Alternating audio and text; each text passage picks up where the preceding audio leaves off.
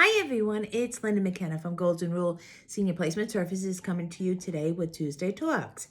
And since this is the beginning of October, I thought a good topic to have, besides acknowledging the obvious, which is Breast Cancer Awareness Month, hence the pink shirt, but also for Long-Term Care Planning Month, and hence the Golden Girls illustrated on my t-shirt. We want to talk about that is we want to be proactive. And what a great month to dedicate to long-term care planning because it's something that creeps up on us and we want to be prepared. And no time better than planning ahead and being proactive than waiting till it's imminent and it's at your doorstep and you're needing to react. So again, being proactive is wonderful. We don't want to wait till it's imminent. And so let's talk about what long-term care planning is all about. The history of long-term care planning, believe it or not, started back in the late 1970s, but it wasn't until the early 1990s that the concept caught on. Even though that there wasn't many insurance companies offering many options for long-term care insurance, which is the insurance that you pay into that helps pay for long-term care in a facility, which we'll go into in a little bit, for care, okay? That was, services rendered by elderly for accompanying routines such as activities of daily living.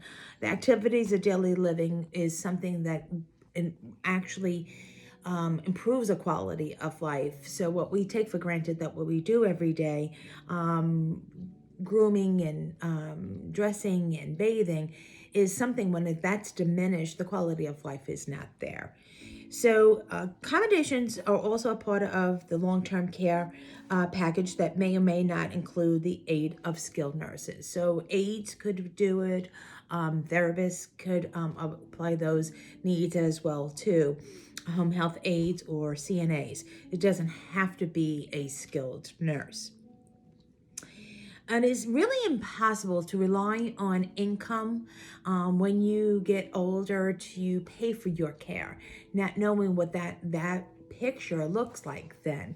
You might be on a fixed income, which honestly, when there is not pay coming in other than Social Security, maybe a pension, maybe not a pension, that's a fixed income that really doesn't change much. So with that being said, you realize that budgeting today for the future really would be wise.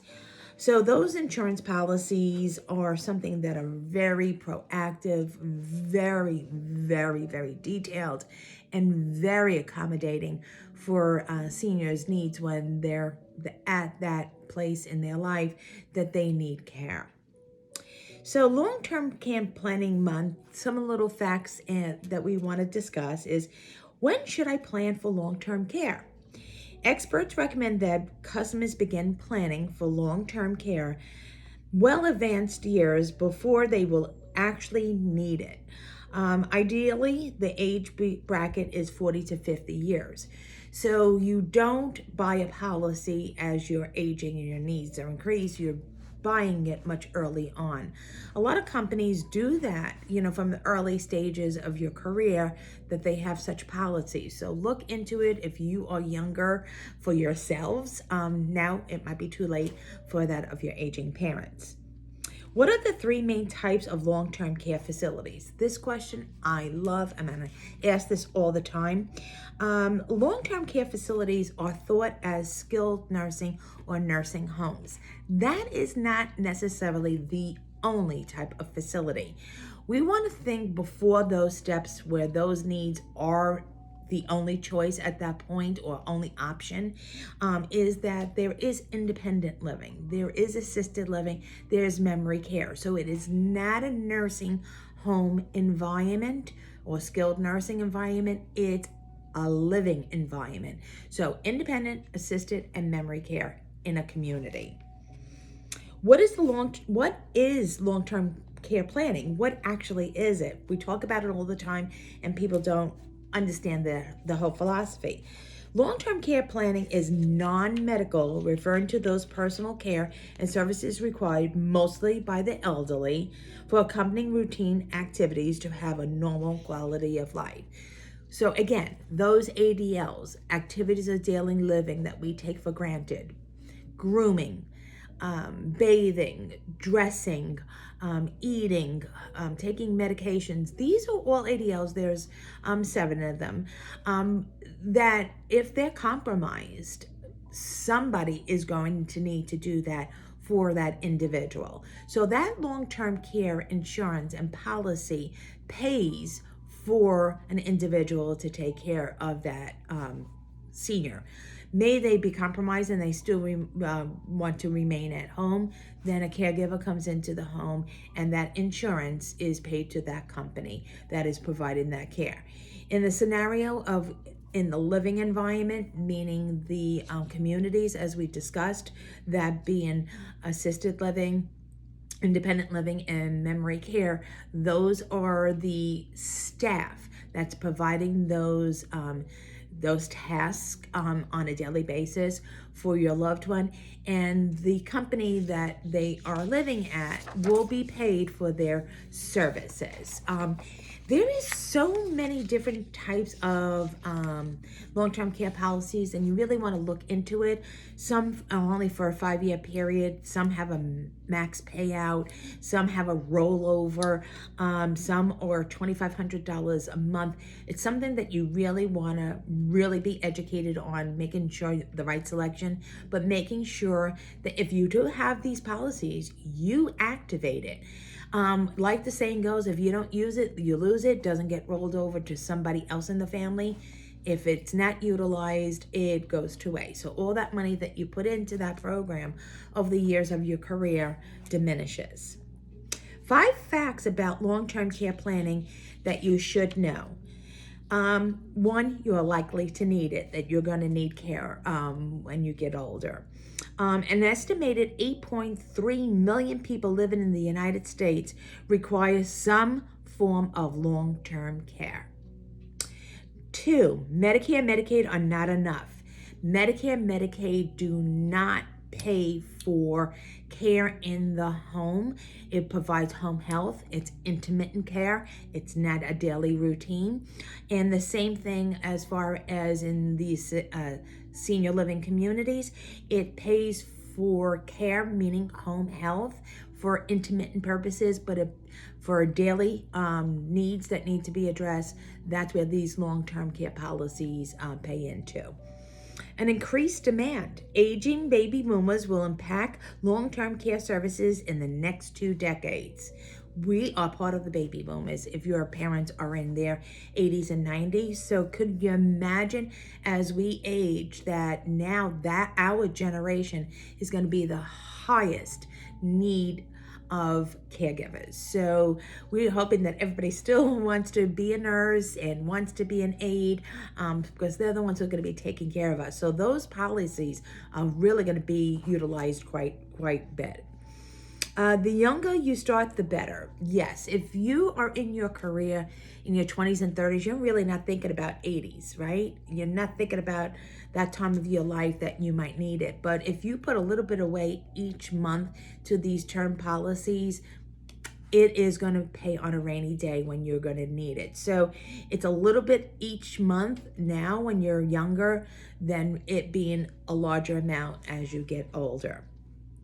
You may need to liquidate your assets, meaning that generally a lot of people that are eligible for Medicaid have to spend down, as you hear that term a lot, or and that only really have a certain amount of countable assets on a monthly basis, that being Social Security or a pension. There is a plateau that you can make each month and have liquid assets as well before Medicaid can get involved. So again, a lot of homework that you need to do with maybe an elder law attorney to explain that process with you as well. Why long-term care planning month is important? It gives us a head start. It makes us be proactive. Long-term care planning month provides us a head start to plan for the upcoming caretaking costs in the future. It is important to be prepared. The financial cost will be extremely difficult to maintain when it's later on. It ensures us better care for seniors. It really does, because investing in long-term care insurance plans is not only better for financial stability, but it also ensures the senior gets the care and due diligence that they need, and it won't be burdensome maybe on other family members, that their children. The month creates awareness. Long-term care planning month creates awareness among adults and seniors and encourage them to look into long-term care plans. There are many packages available, and the month-long observance serves as a way to inform and educate people about this. So this is great, a learning curve for us as well, at our age rather than our seniors as well.